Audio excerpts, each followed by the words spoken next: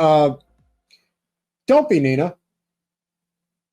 The fact is, as I was saying at the beginning of when we got started, it's very easy to get discouraged. What you learn, though, is that you just got to find another way, because there are other pathways to be involved. Now, do I think that Debbie cheats? Debbie cheats in every conceivable way. It's not like manipulating the votes at the ballot box. There's things when you have literally a generation worth of infrastructure that's in place. Yeah.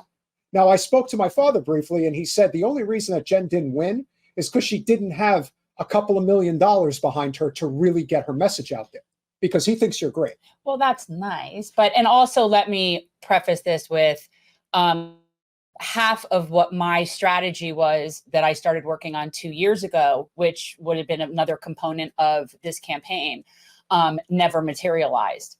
So in some ways for me, I knew that I didn't have my full strategy working. And it was something that I did consider, and I knew, and there were points where I wasn't going to, and that's one of the reasons why we launched as late as we did, even, is there were points where I was considering not doing it because there was this other like strategy component involved that didn't happen. So we did it without it. And, and who knows, maybe it wouldn't have mattered. Maybe it would. I don't know. But the truth is that there were things that we did last time that we didn't do this time. Granted, we knocked on a hell of a lot more doors, but the truth is we never got our ads up on TV. We did not have even one billboard, which would have been nice. We had 4 by 8 billboards spread out in the district in a handful of different places. We also had more time last time. I never even saw any of those. No, you didn't see him? No. I thought you did. Never saw one. Oh, well. I don't care. Anyway, what ends up happening more often than not that people need to understand is that the way Debbie cheats is basically to put her hooks into people and tell them, you get out of line and I'll have your ass in a sling. And that's it. And it only has to go out to one person because then everybody else understands how this is going to work. There's a reason why none of the clubs and caucuses would even entertain speaking with Jen. Well, I didn't even try this. You didn't need to. No, it's a waste of time. Part of that is true. And then the other thing which I was mentioning is that when you have, and our friend Nancy who's here can and we were also, I was left off the voter guide. Yeah. There was that too. The Democratic Party left you off the voter guide on purpose. Oh, for sure. And so the thing you also have to remember is that there is a significant portion of the voting demographic in key precincts in this district that all live behind the canyon walls. So when you live in a gated community, the only way you're reaching them is you figure out a way to get in there and drop lit, and even that's not enough. We did 3 mailers. You did mailers. Don't know if that's everybody. They didn't all go to everybody. That's not how it works. But we did. You do have to have real money. And if there's a D component, you also have to have people that have faith in change. And there's a lot of people that we connected with that said they had faith in change, and in reality, they didn't have it. Well, it's that, and then people just get caught up in their own stuff, and at the end of the day, they don't really come out and vote, and True. That's what it really is. I mean, and it's not the priority. The truth is, it's just not the priority to most people that it is to us, and that it is in our circle of people. And I think that that's what people want, like, that's what I don't want people to feel disappointed about, that we're working on this campaign. That's what I always feel sad about, is that people are going to be so disappointed, but this is just sort of how it goes. I think people are just disappointed because they're disappointed that they have to deal with her. Well, I think that part of the problem. I think that, and and truthfully, I mean, and for me, this was never personal, and it was never about getting that job. And that's fine. There's lots of different ways to do things. I actually am more and more, the truth be told. If, let's say, I had won this thing today, my thought was that I would go to Chicago, but I would be outside. Yeah. And at the end of the day, what that really tells me, and what I know in my head, is I'm with the people outside. I'm with the people outside. And I think that it's shown that not only is it just like difficult electorally to get in, but the real power is only going to come from everybody on the outside, no matter who you get on the inside. And I've said it a lot of times. So that's what so when I thought about that, like, let's say I win this, I would want to go there, but I would still want to be, I would be much more in line with the people outside the convention than inside the convention. And that's the truth. That's who I am. So it's not shocking.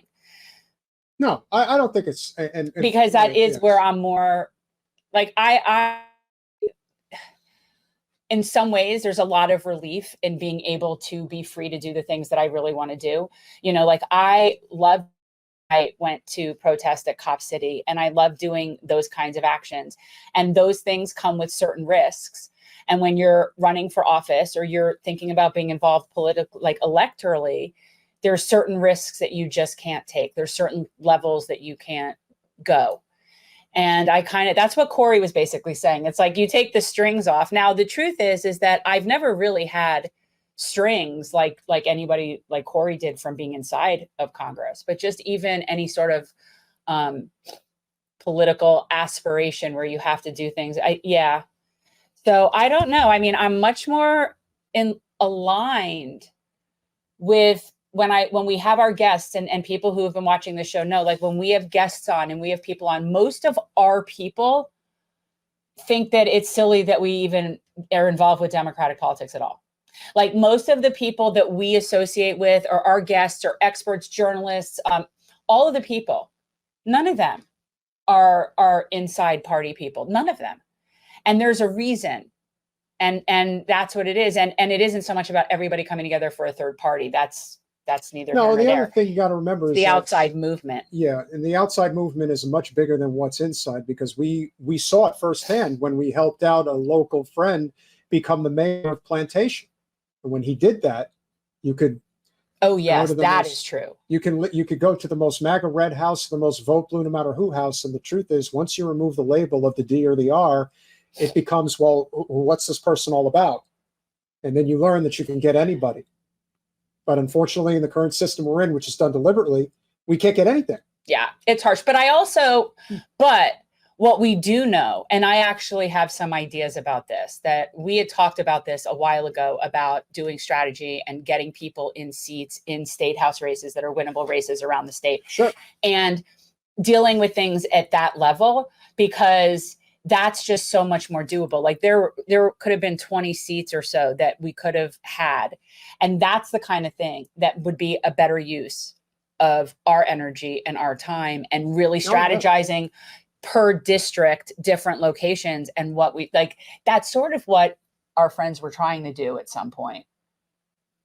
We have fantastic people involved, Jimmy. And that is one thing that we can never take away from the efforts that we put out there in the community. No. Is that we do attract really good people. People that were either volunteering, and obviously people that were working for the campaign, but believed in the mission. And what we do from here compared to 20 is going to be a lot more, I'm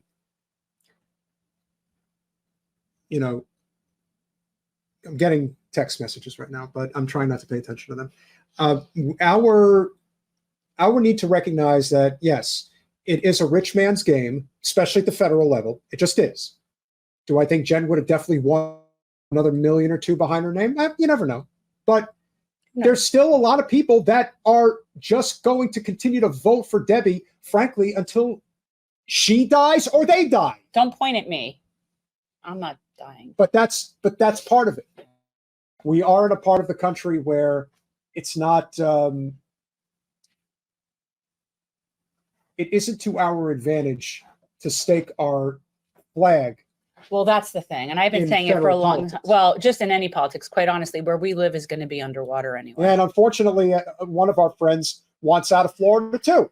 And it's understandable, because this is kind of a hellhole in a lot of ways. Let me tell you, politically, geographically, demographically, it's not great. The thing that people like is people who have money. If you have money and you like warm weather, then that's the thing. People coming from cold places and have money, then this is a fine place. But yeah, it's a struggle here for most people. It's a big struggle. There's so many things are difficult. People on fixed incomes, especially, and sadly, a lot of them. He's really going. Oh, good for Well, you. you better tell us where, Sam. Sam, can I come? Yeah, you're going to have to drag Jen with you. Take me. Yeah, it might be North Carolina. No. Where are you going, hitching a ride. Sam? So yeah, it's unfortunate. It's unfortunate for the people here. Yeah, I might relocate to the Panhandle. See, that's what I think we should do. And I would totally go and do that. That's what I think we should do. And I think we should. Jen thinks I should go run for Congress as an independent against some douche canoe in the second district. I do. Yes, I do think that. And I do think that that would be a really good place. Like, yes, I do. I think you would very much appeal to that demographic. I think that it would be where we would have no having to deal with the party. There would be no Dem stuff. I think that seat could be won by an independent. I do. Here's what I will say about being a political independent, which is very important. There's a couple of things that a lot of people. Oh, hey, Mallory. Yeah, well, Mallory left as well. Yeah, everybody's leaving. See, I don't need to stay here. But no, I do think you should run in that district. And I do think that you should run as an independent. And I do think that we both have that kind of cross appeal. You have that sort of populist, libertarian, appeal that would appeal to people, especially the middle people. I think that's what I think. Here's what you all need to know Turn about a Republican seat to an independent populist seat. So here's what you all need to know about politics, which is very important. I say this to our friend Jose Vega, who's running an independent campaign against Richie Torres in New York's 15th district. And obviously we are wishing him all the best. The truth of the matter is this. Politics at the federal level is a rich man's game. End of discussion. If you don't have the financial infrastructure, you can't pull it off. Because you have to be able to get the message out consistently, you have to get the votes, and you have to get the community to coalesce. Now, what I would say is that you're building these relationships, and we've built a lot of great ones, especially in the Muslim community, the Haitian community. Oh, yeah. You don't run away from an election and say, all right, well, it's over now. No. The people that you connect with and that you build from are where so much of this happens. Yeah, because most stuff is local and it's all about building coalition, which is what I've said all along. So at the end of the day, there's always I've always thought there's the possibility of being a nonprofit, of doing something where we can get grants. I still like the idea of doing community closet. Then there's the idea of helping, Mo with her endeavors. Like there's a lot of different things that we can do in terms of helping and building up coalition.